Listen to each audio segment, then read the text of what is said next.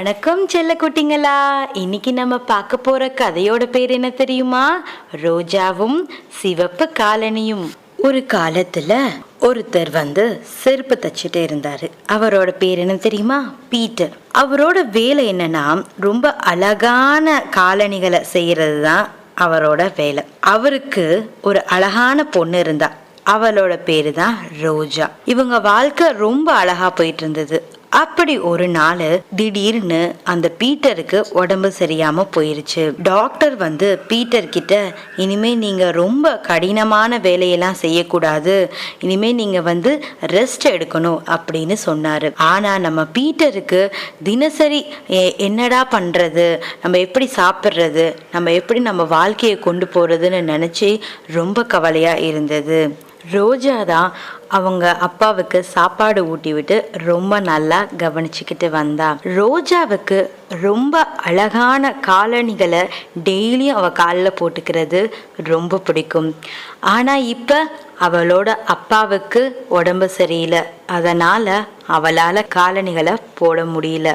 இப்படி ஒரு நாள் ரோஜா மார்க்கெட்டுக்கு போயிட்டு வர வழியில திடீர்னு ரொம்ப அழகான ஒரு காலனிய யாரோ தூக்கி போட்டிருக்கிறத பார்த்தா. கிட்டக்க போய் பார்த்தா அவளுக்கு பிடிச்ச ரொம்ப சிவப்பான ஒரு காலனி. அத ரொம்ப சந்தோஷமா எடுத்துக்கிட்டு வேகமா ஓடி வந்தா. வீட்டுக்கு வந்த உடனே அந்த காலணிகளை ரொம்ப ஆசையா அவங்க அப்பா கிட்ட காட்டுறா.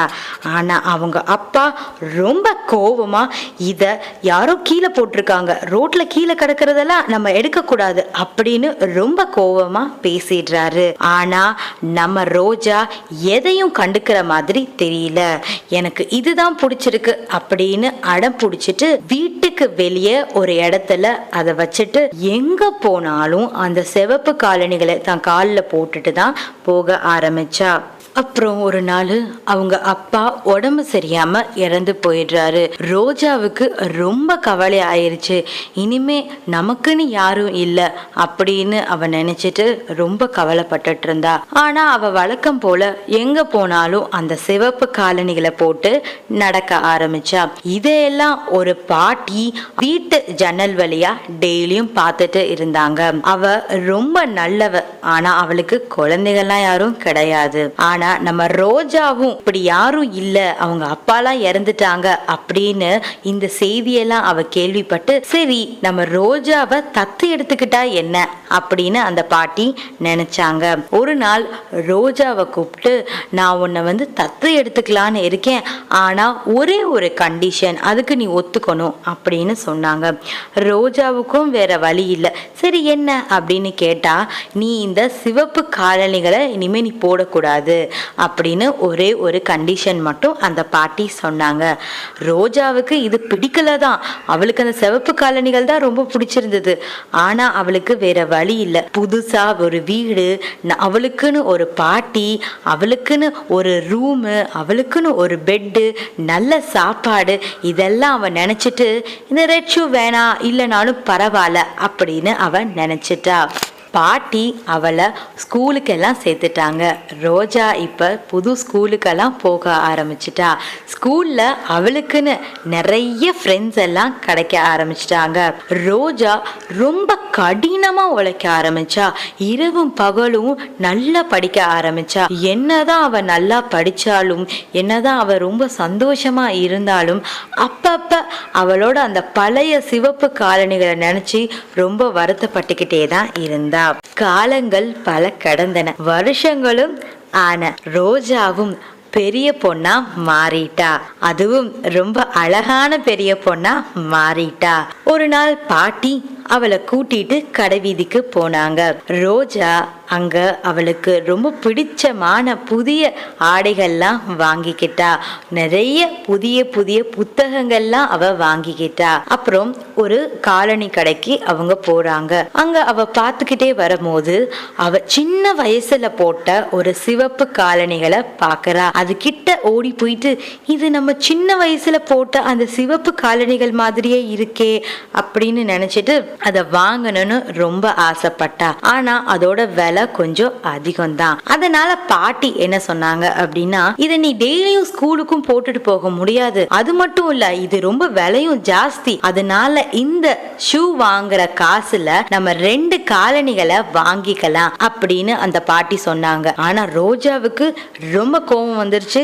அதுவும் ரோஜா அடம் பிடிக்க வேற ஆரம்பிச்சுட்டா. ரோஜா அடம் பிடிச்சிட்டு, அதெல்லாம் இல்ல, எனக்கு இந்த சிவப்பு காலணிகள் தான் வேணும் அப்படின்னு சொல்லிட்டு அடம் பிடிக்க ஆரம்பிச்சுட்டா. பாட்டிக்கும் வேற வழி இல்ல, அதை வாங்கி கொடுத்துட்டாங்க.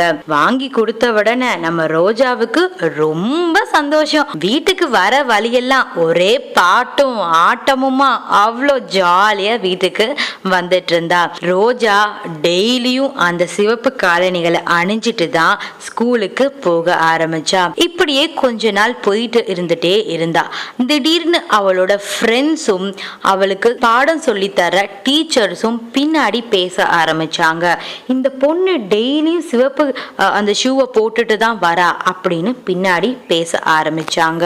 இதையெல்லாம் கவனிச்ச அந்த ஸ்கூலோட தலைமை ஆசிரியர் வந்து ரோஜாவை கூப்பிட்டு, ரோஜா, இனிமே நீ இந்த சிவப்பு காலணிகள்லாம் அணிஞ்சிட்டு ஸ்கூலுக்கு வரக்கூடாது, உனக்கு தெரியும்ல அப்படின்னு கேட்டாரு. உடனே ரோஜாவுக்கு ரொம்ப கோபம் வந்துருச்சு. இது என்னோட காலு, இது என்னோட ஷூ, நான் எப்படி வேணாலும் வருவேன் அப்படின்னு சொல்லிட்டா. இதையெல்லாம் தூரத்துல இருந்து ஒரு வயசான டீச்சர் வந்து கவனிச்சுட்டு இருந்தாங்க.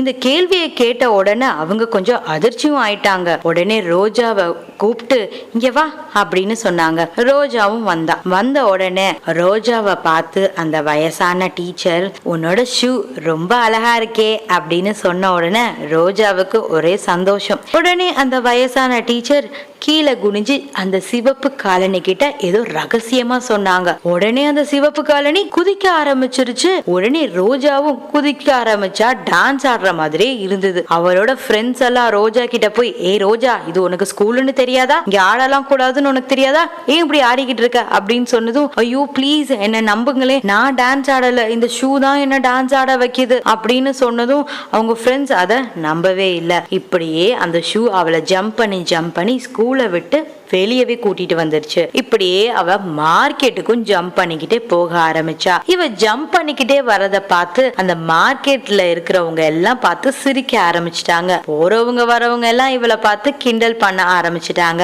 எப்படியோ குதிச்சு ஒரு வழியா மறுபடியும் ஸ்கூலுக்கு வந்துட்டா. உடனே அந்த வயசான டீச்சர் கிட்ட போய், என்ன மன்னிச்சிடுங்க டீச்சர், நான் இனிமே யாரையும் இப்படி பேச மாட்டேன், இப்படியாவது இதை நிறுத்துங்க அப்படின்னு சொன்னதும் வயசான டீச்சர் மறுபடியும் கீழே குனிஞ்சு ஏதோ ரகசியமா அந்த சிவப்பு காலனி கிட்ட சொன்னாங்க. உடனே அந்த குதிக்கிறது நின்றுச்சு. அப்பாடான்னு இருந்தது நம்ம ரோஜாவுக்கு. உடனே வேகமா வீட்டுக்கு ஓடி போயிட்டு அவங்க பாட்டிய கட்டி புடிச்சுக்கிட்டு, ஐயோ நான் நிறைய தப்பு பண்ணிட்டேன், என்ன மன்னிச்சிடுங்க, நான் இனிமே நீங்க சொல்றதெல்லாம் கேட்டு ரொம்ப நல்ல பொண்ணா இருப்பேன் அப்படின்னு சொல்லி நம்ம ரோஜா மனம் திருந்தி மறுபடியும் நல்ல வாழ்க்கைய வாழ ஆரம்பிச்சிட்டாங்க.